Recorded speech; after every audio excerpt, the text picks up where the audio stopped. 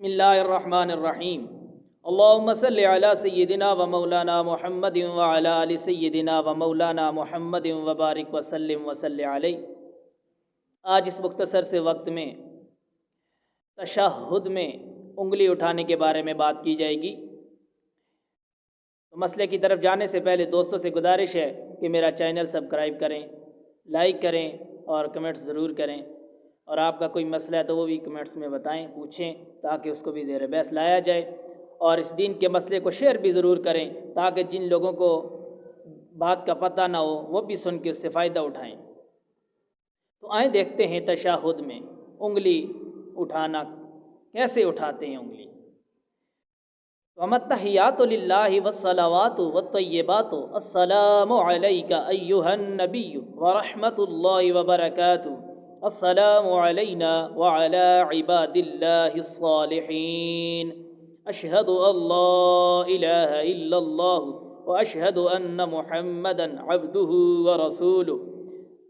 اس میں جب ہم پڑھتے ہیں اشہد ان لا الہ تو ہم انگلی اٹھاتے ہیں۔ اب سوال یہ ہے کہ انگلی کس لفظ پہ اٹھانی چاہیے، تو آئیے سنتے ہیں کہ انگلی کس لفظ پہ اٹھانی چاہیے۔ جب ہم پڑھتے ہیں اشہد اللہ، جب ہم نے لا بولا اشہد اللہ، جب ہم نے لا بولا تو لا پہ انگلی اٹھانی چاہیے۔ پھر الا اللہ بولتے ہوئے انگلی دوبارہ رکھ لینی چاہیے۔ اشہد اللہ الہ الا اللہ، لا پہ انگلی کو اٹھایا آسمان کی طرف، پھر الا اللہ پہ انگلی کو دوبارہ رکھ لیا۔ حضرت وائل بن حجر فرماتے ہیں کہ میں نے نبی کریم علیہ الصلاۃ والسلام کو بھی ایسے کرتے دیکھا کہ آپ علیہ الصلاۃ والسلام انگشت شہادت کو اٹھاتے تھے، اور اس طریقے سے اٹھاتے تھے کہ انگوٹھا اور انگشت شہادت کے ساتھ والی انگلی کا حلقہ بناتے اور پھر شہادت کی انگلی کو اٹھاتے آسمان کی طرف۔ تو یہ نبی کریم علیہ الصلاۃ والسلام سے بھی ثابت ہے، آپ کی یہ سنت ہے۔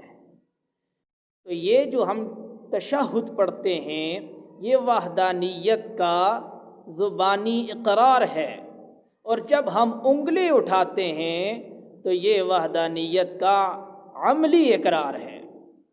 تو میرے نبی کریم علیہ الصلاۃ والسلام نے فرمایا کہ یہ جو ہم انگشت شہادت اٹھاتے ہیں اشہد اللہ الہ الا اللہ پر، یہ شیطان کے لیے تیز تلوار سے بھی زیادہ سخت ہے۔ تو یہ عمل کرنا ثواب کا کام ہے۔